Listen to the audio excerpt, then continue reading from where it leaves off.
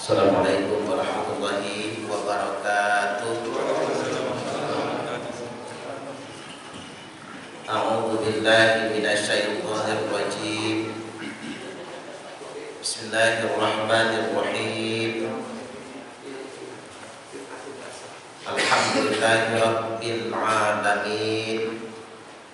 Wassalatu wassalamu ala asyrafil mursalin wa imamil muttaqin sayyidina Muhammadin wa ala alihi wa ashabihi ajma'in, amma ba'd. Yang saya hormati Bapak Ustadz Faizul dan jajaran takmir, para sesepuh, jamaah ta'lim rutin Masjid Taqwa Sepang Jaya. Apa kabarnya Bapak-bapak, sehat?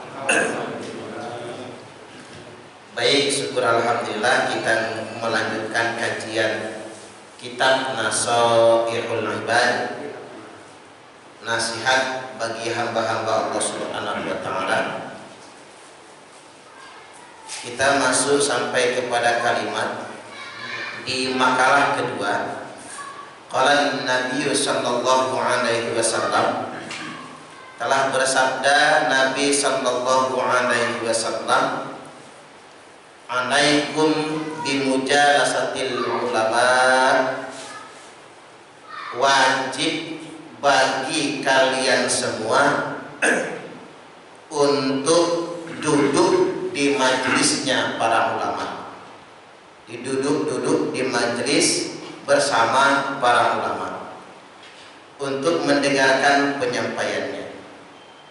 Makanya kita ini berguru, yakni berguru dengan para ulama, itu hukumnya wajib.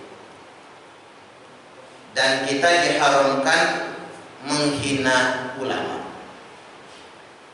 Menggibahnya saja Pak, itu sudah haram, karena darah dan dagingnya ulama adalah racun. Barang siapa yang mencaci ulama, sama saja dia makan racun. Barang siapa yang menggibah ulama, maka sama saja dia makan racun. Apalagi memfitnahnya, apalagi nujah ya Pak ya. Nujah seperti kemarin, menikam ulama, itu sudah melukai, bukan saja membicarakan yang buruk atasnya. Makanya orang kalau memang dia belajar agama, sejelek apapun gurunya, dia nggak berani menceritakan pada orang. Makanya orang kalau ngaku beragama, tapi kalau dia sedang nggak setuju sama gurunya dijelek-jelekin, berarti ilmu agamanya nggak berkah. Makanya pernah saya sampaikan, memuliakan ulama itu jangan berdasarkan selera. Itu salah benar. Kadang-kadang bingung, jamaah maksa ulama itu harus seide dengan jamaah, itu salah. Jadi kalau dia merasa ustadznya ini nggak secocokan pahamnya sama dia jelek-jelekin, tidak boleh. Itu namanya enggak ikhlas belajar ilmu. Maka muliakan ulama itu bukan karena kesamaan pilihan politiknya. Jadi jangan sampai orang gak ikhlas, itu mah milihnya beda, saya enggak ke ulamanya, enggak ke sana. Enggak boleh. Memuliakan ulama itu ya karena ulama. Karena darah dagingnya ulama itu adalah racun. Makanya jangan sekali-kali menghinakannya. Ulama itu dimuliakan karena ilmunya. Makanya santri diajari doa agar ditutup dari aib gurunya. Tidak boleh. Seandainya dia tahu, maka dia pura-pura nggak tahu aib gurunya. Jangan sampai diceritakan. Jadi urusan belajar agama ini bukan urusan like and dislike kalau kata anak sekolah. Bukan urusan kita suka sama dia atau tak suka sama dia, sependapat dengan dia atau tak sependapat dengan dia, tapi karena ulama pasti ada berkahnya. Jadi kalau kita ngambil ilmu dari ustaz, dari mubaligh, nggak kayak guru ngaji gitu ya, apalagi ulama, ikhlaslah. Kira-kira cocok di hati, ambil. Kira-kira merasa nggak cocok, ya sudah, abaikan saja. Tapi jangan dicaci ustaznya, jangan dicaci kiainya, jangan dicaci ulamanya. Itu nggak ikhlas. Karena mengapa? Kita orang awam kadang-kadang kebenaran itu belum nyampe. Pikiran kita belum ngejangkaunya. Kita baru tahu benarnya setelah nantinya. Seandainya kedepannya ada perbedaan antara kita dengan ulama dalam segi apapun, maka kita dilarang untuk mencacinya. Kalau dia ulama beneran, justru kita alaikum bimujalasatil ulama, wajib bagi kalian semua duduk di majelis-majelisnya para ulama untuk belajar ilmu. Selanjutnya wastima'i kalamil hukama, dan mendengarkan perkataan hukama.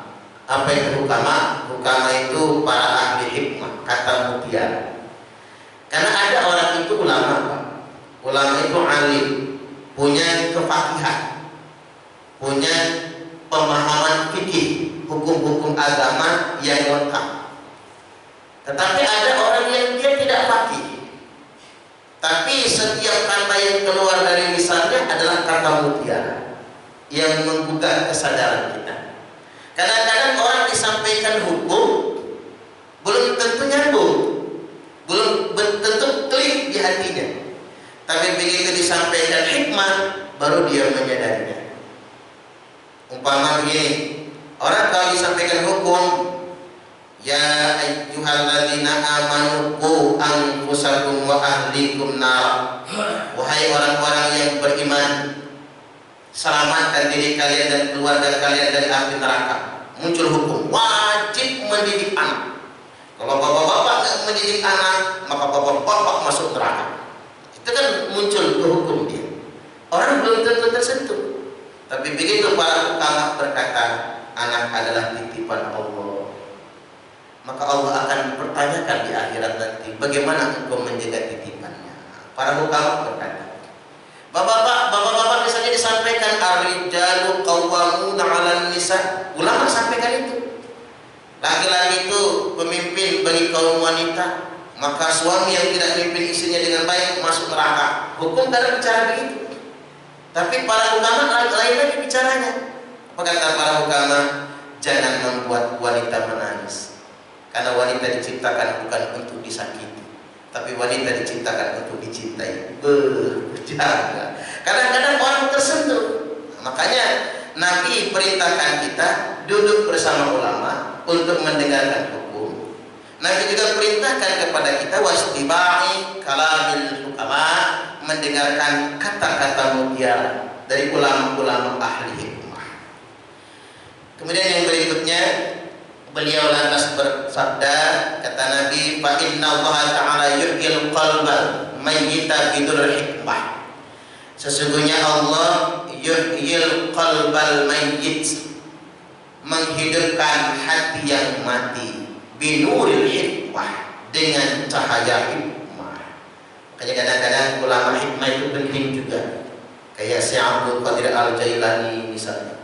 Kita baca kitab hikam misalnya, baca kitab hikmah, akhlak yang luhur. Kemudian Nabi melanjutkan kama yu'il ardal maitata bima'il matar, seumpama seperti Allah menghidupkan bumi yang mati dengan hujan. Jadi Allah menghidupkan hati yang mati dengan hikmah para hukama, dan Allah Subhanahu wa ta'ala sebagaimana Allah menghidupkan bumi yang mati dengan turunnya air hujan.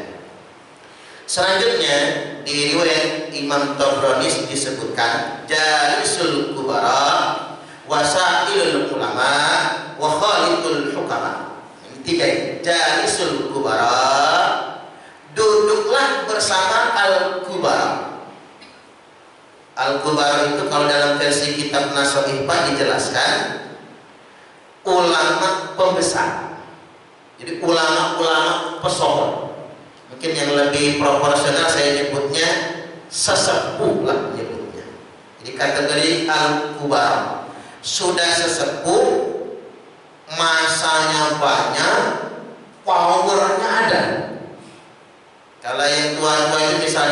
almarhum Mbah Maimun Zubair misalnya, masanya ada, punya kekuatan personal kayak Kiai Haji Said Akil Sirah misalnya.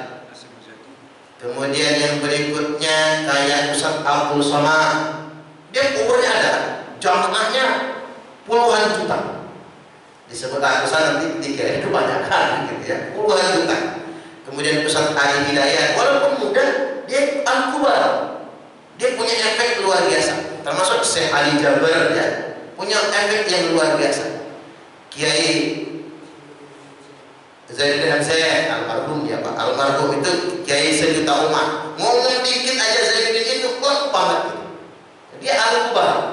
Kemudian Gus Baha itu kan luar biasa, dia ulama kealiman tinggi, tapi bukan cuma alim, beliau adalah al-kubar. Jadi ulama yang levelnya itu sepuh, tersohor, populer, punya efek, punya pengaruh terhadap umat, punya pengaruh. AAD misalnya, Ustaz Arifin Ilham gitu ya, Ustaz Yusuf Mansur, sekali-kali kumpul dengan al-kubar, para pembesar-pembesar.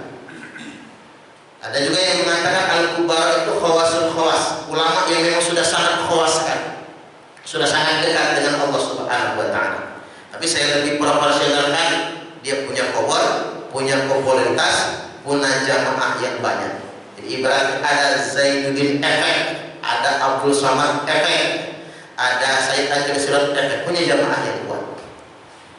Selanjutnya yang berikutnya disebutkan juga wasailul ulama, dan bertanyalah kata Nabi dengan para ulama.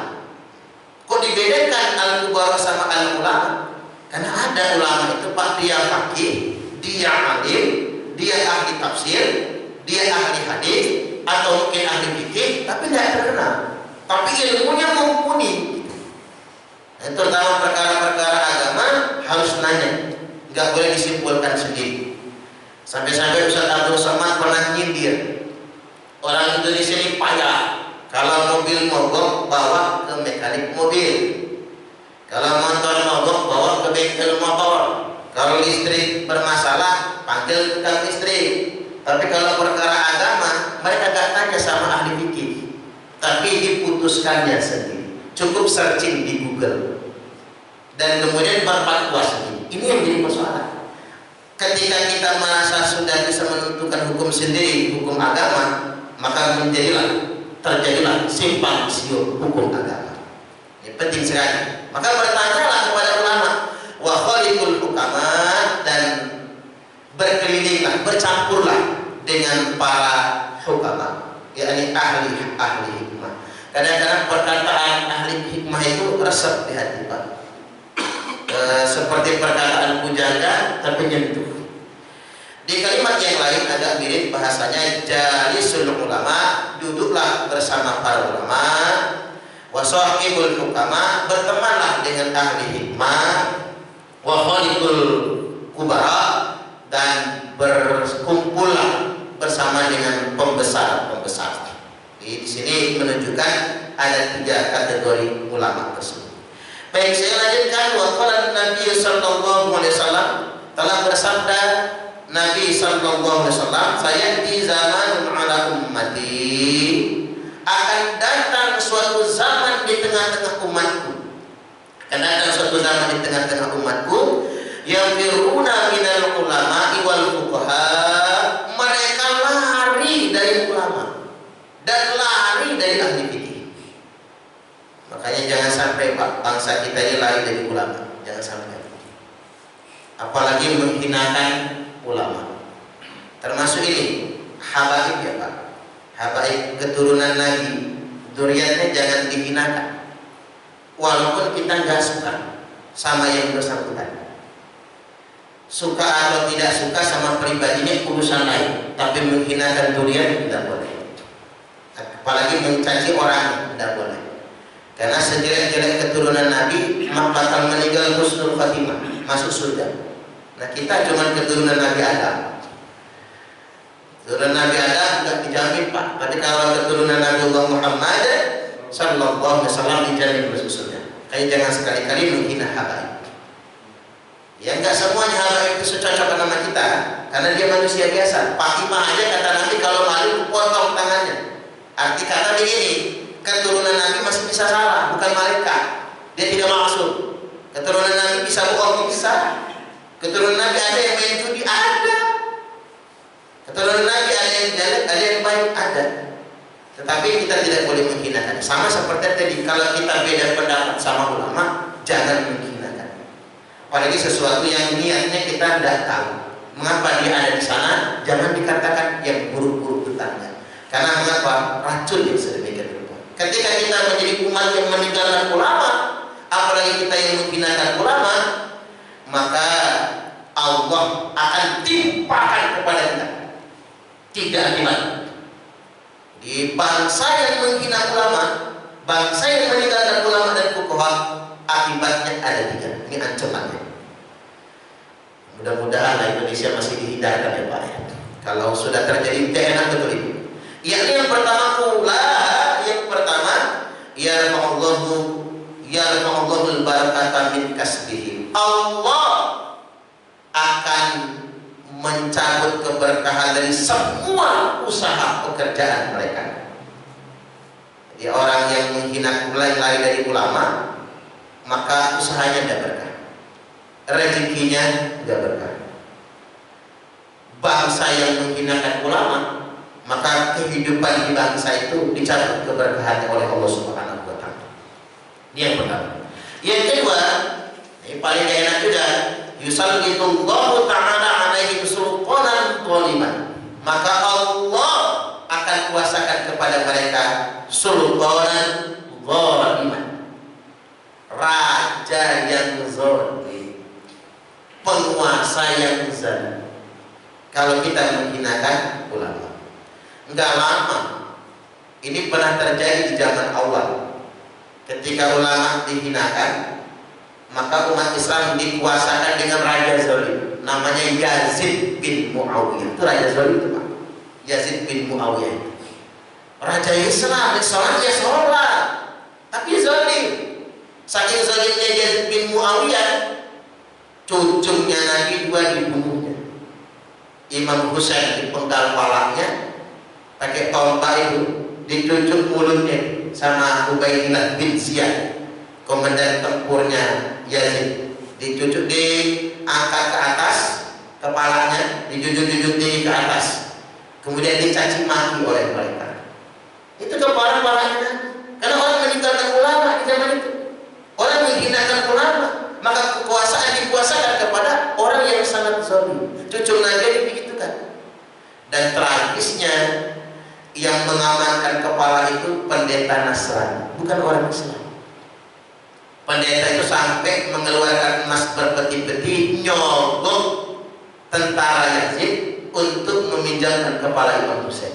Sambil nangis pendeta itu mengatakan, seandainya Yesus punya anak, anaknya tidak akan kami bikinkan. Seandainya Yesus punya tunggangan kudanya pun kami muliakan. Nah, asbab dia memuliakan kepala cucu Nabi, si pendeta kemudian masuk Islam. Subhanallah, Allahu Akbar. Justru yang orang Islam ini ketakutan kalau menjaga kepala tadi itu. Nanti dipancungnya juga oleh Yazid itu. Subhanallah, itu kisah nyata yang seakan kita sengaja tutupi dalam sejarah. Padahal harus diketahui yang sedemikian rupa. Habis bunuh itu Imam Hasan, masih cucunya Nabi juga, kakaknya Husain juga dibunuh. Ngebunuhnya gimana caranya? Diracun. Cuma Imam Hasan kan pinter, ini bakal diracun, dia gak mau makan. Hanya pinter Yazidnya, istrinya Imam Hasan yang dibujuk. Kamu racun lagi, nanti kamu saya kasih hadiah. Maka istrinya yang meracun. Na'udzubillahi min dzalik. Maka kekuasaan yang paling tragis adalah kekuasaan di zaman Yazid.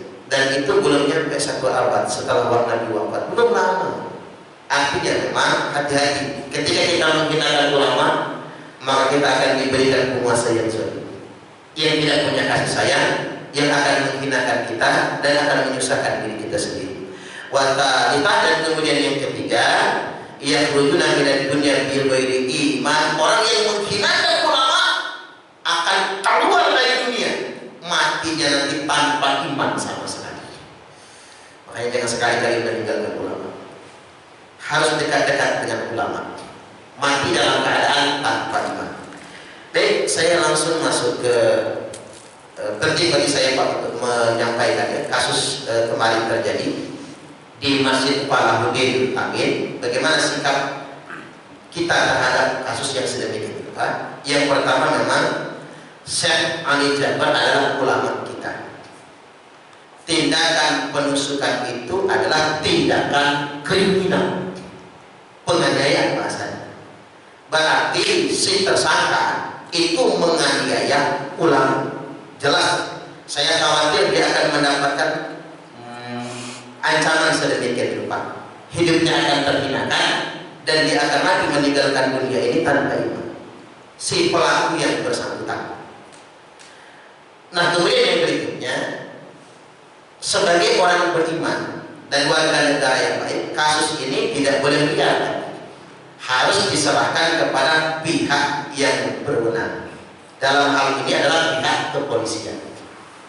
Dan kita jangan berlebihan.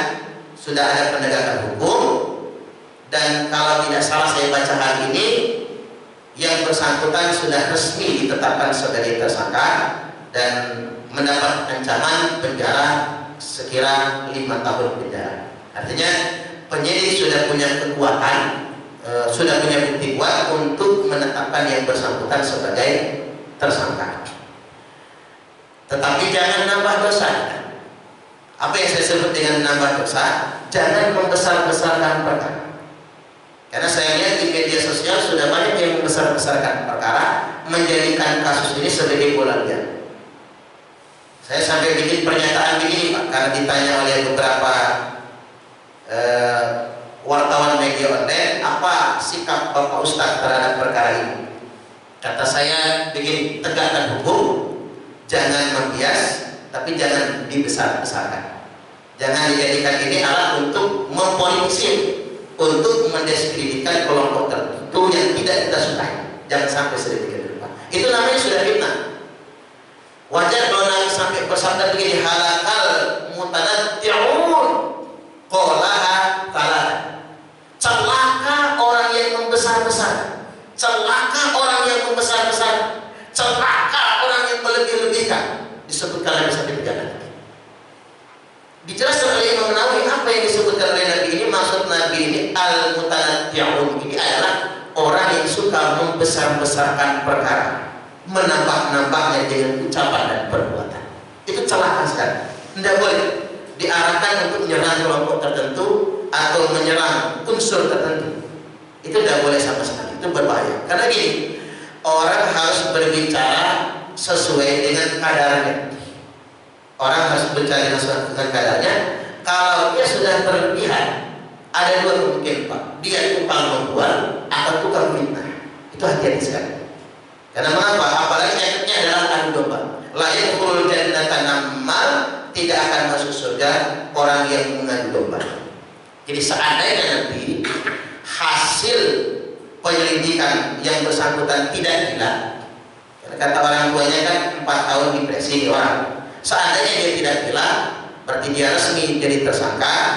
Silakan Pak Polisi mendalami motifnya. Mudah-mudahan ketahuan motifnya dan mudah-mudahan dia dihukum, dan kita doakan mudah-mudahan dia bertobat lah. Karena kalau dia tidak bertobat, maka dia akan mati meninggalkan dunia ini bi-ghairi iman, tanpa iman. Karena kenapa? Dia telah menganiaya dan menghinakan ulama. Itu tidak boleh. Syekh Ali Jaber itu bukan ulama sembarangan, Imam Masjid Nabawi beliau itu. Ke Indonesia itu untuk dakwah. Jadi tinggalkan pekerjaan yang jadi imam, gede dari imam di Arab itu. Tak kalau jadi imam di takwa. Kalau di Arab gede, masuk orang jadi imam itu. Tapi dia tinggalkan. Imam Masjid Nabawi dia tinggalkan, Imam Masjid Nabawi dia tinggalkan demi mengajar di Indonesia. Lalu kemudian ditikam kayak gitu.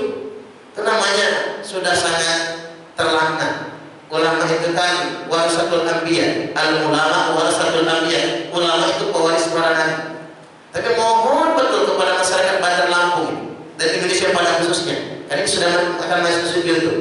Mohon betul kami himbau, jangan membesar-besarkan persoalan. Beliau Syekh Ali Jaber kita hormati sebagai ulama dan kita doakan semoga beliau selalu istiqomah dan selamat. tersangka mudah-mudahan bertobat, tapi bagi masyarakat jangan membesar-besarkan. Kalau dibesar-besarkan kita yang fitnah, kita yang fitnah. Itu banyak di media sosial Pak, udah diarahkan orang menjadi fitnah selebih kebetulan. Lalu saya ingin menjawab persoalan yang kedua. Apakah mungkin pelaku orang yang depresi? Saya tidak berani memastikan karena apa? Tugas psikiater menentukan. Nanti rumah sakit jiwa yang mengeluarkan diagnosa. Tapi saya ingin memberi sinyal ini, Pak. Sebagai seorang peruqyah, saking seringnya saya meruqyah orang yang depresi, saking seringnya. Depresi itu ada tingkatannya. Kalau depresi berat itu namanya gila, namanya depresi mayor, namanya. Itu gila. Ya, kalau bapak-bapak lihat di jalan, sering suka telanjang itu ya, telanjang, kasih celana hari lepas lagi, itu sudah depresi mayor namanya. Depresi mayor 12 gila. Biasanya dokter sudah nyerah ada itu. Gila itu ada 9 macam depresi. Nah, ada depresi itu tingkatannya tengah, atau depresi yang sifatnya begini, tentatif, Pak, sewaktu-waktu. Nah, kemungkinan besar kalaupun pelaku itu orang depresi, seperti keterangan orang tuanya, kemungkinan besar dia masuk dalam kategori depresi tentatif, sewaktu-waktu. Saya belajar di pengalaman saja. Begini, saya pernah meruqyah di Labuhan Batu.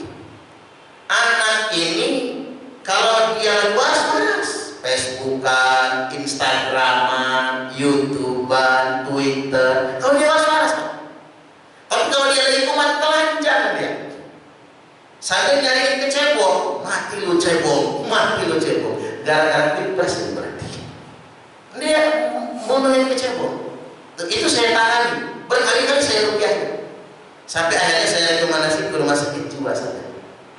Karena itu namanya depresi tentatif namanya. Kemudian ada anak cerdas betul. Jadi lulusan UII itu Pak di jurusan apoteker. Apa nama apoteker, jurusan apa itu namanya? Farmasi ya, jurusan farmasi. Orangnya cerdas sekali. Kumlut malahan dia. Dia farmasi, dia kumlut gitu. Tapi kalau dia lagi kumat, bapaknya mau dia bunuh, ibunya mau dia bunuh, kalau dia lagi kumat. Dan saya tangani di rumah. Jadi sebelum dia masuk farmasi, tangani di rumah Pak, berbulan-bulan. Saya suruh ke psikiater juga, yang menanganinya Dr. Woro Pramesti. Sembuh kemudian, sembuh, kuliah, kumbrut lagi. Begitu dia mengambil profesi apoteker, kumat lagi di Yogyakarta. Masuk rumah sakit lagi. Itu sudah lumrah sekali. Dia bermedia sosial, dia ada Instagram, dia ber-YouTube pria, kalau dia lagi normal. Tapi kalau kita lagi kumat begitu ekstrim. Termasuk begini, yang anak SMP bunuh bayi, anak kecil bunuh balita. Itu dia normal, tapi dia berhalusinasi.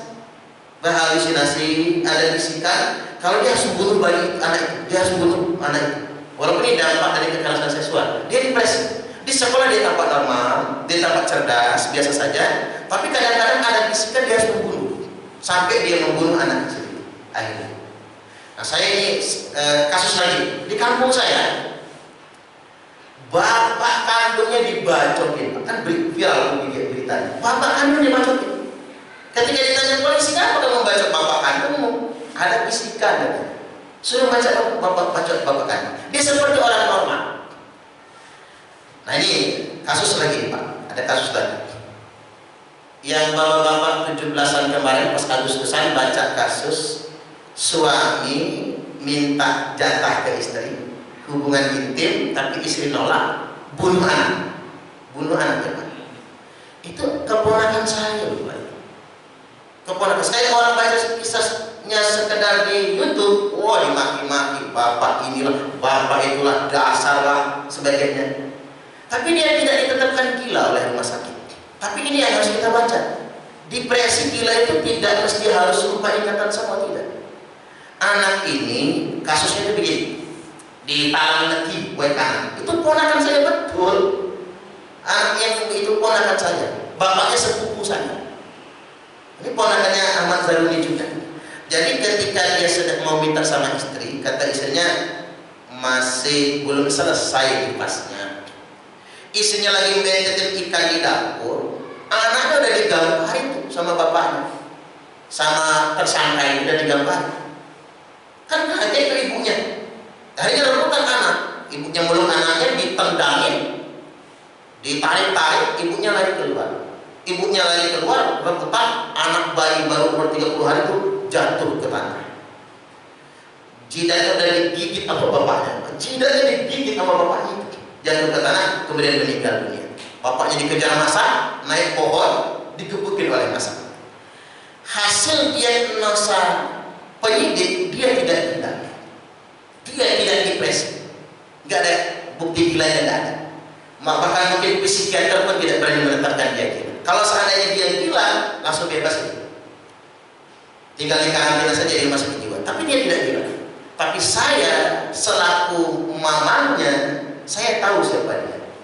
Anak ini betul tidak gila, tapi anak ini mengalami depresi tentatif yang berindikasi pada psikopat. Apa sebabnya? Anak ini dari kecil tidak punya kasih sayang dari orang tua. Sekolah cuma sampai kelas 2 SD. Selalu dipukuli, tidak pernah disayangi, tidak disekolahkan. Alif beko aja nggak tahu, ngaji enggak, sekolah enggak, bapaknya kerjaannya main perempuan. Saya agak emosi karena itu sepupu saya. Anak itu broken. Dia mengalami psikopat, gangguan kejiwaan, labil jiwa. Dia lagi nyaman, happy gitu. Tapi ketika dia lagi nggak nyaman, maka dia akan menjadi sebuah ancaman. Nah, dianggap anak itu ketika bapaknya itu kawin inisialnya, begitu dia mau mendekati istrinya nolak, dianggapnya anaknya sebagai penghalang. Dia krisis kasih sayang karena selama ini nggak ada kasih sayang, terabaikan begitu saja. Nggak sekolah, nggak ngaji, nggak dinampain, nggak diapain. Tiba-tiba gede gitu saja, Pak. Jadi kuli-kuli orang. Maka anaknya dianggap sebagai ancaman, dibunuh anaknya. Tapi penyidik mengabaikan fakta itu.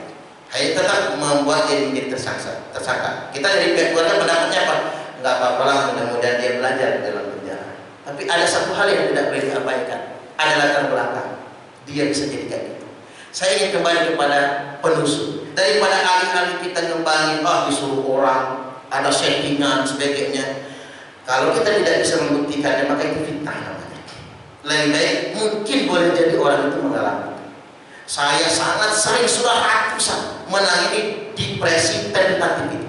Sewaktu-waktu dia waras, sewaktu-waktu dia nggak waras. Dan rata-rata orang yang mengalami itu saya minta cut bermedia sosial. Salah satu langkah pengobatan. Coba orang yang mudah depresi, dia sangat aktif di Facebook, sangat aktif di Instagram dan media sosial yang lain. Jadi jangan heran, orang depresi bisa punya Facebook, bisa ber-YouTube, justru depresi yang kayak gitu dia bermedia sosial. Semakin banyak dia nonton di media sosial, makin depresi. Nah, pengakuan dia terhadap kepolisian, dia tiap hari itu nonton ceramahnya si Ali Jaber. Dan dia sangat terobsesi dengan si Ali Jaber. Penggemar setia sebenarnya. Penggemar setia, kayak penggemar setia artis-artis Korea. Dia penggemar setia si Ali Jaber, sangat senang. Tiba-tiba ada bisikan kalau dia harus menikah. Alhamdulillah. Itu kerjaan jin setan. Nah, saya tidak mencampur urusan itu terlalu jauh sampai ke sana, tapi saya pikir umat Islam harus menghindari komentar yang berlebihan, yang seolah-olah membangun sebuah narasi gitu ya, seakan-akan ada kekuatan yang ingin bunuhin para ulama. Ya juga jangan kayak gitu. Saya pikir gak sebodoh itu tindakannya, gak sebodoh itu, dan kita dukung aparat penegak hukum untuk menegakkan hukum seadil-adilnya. Baik, coba dikat.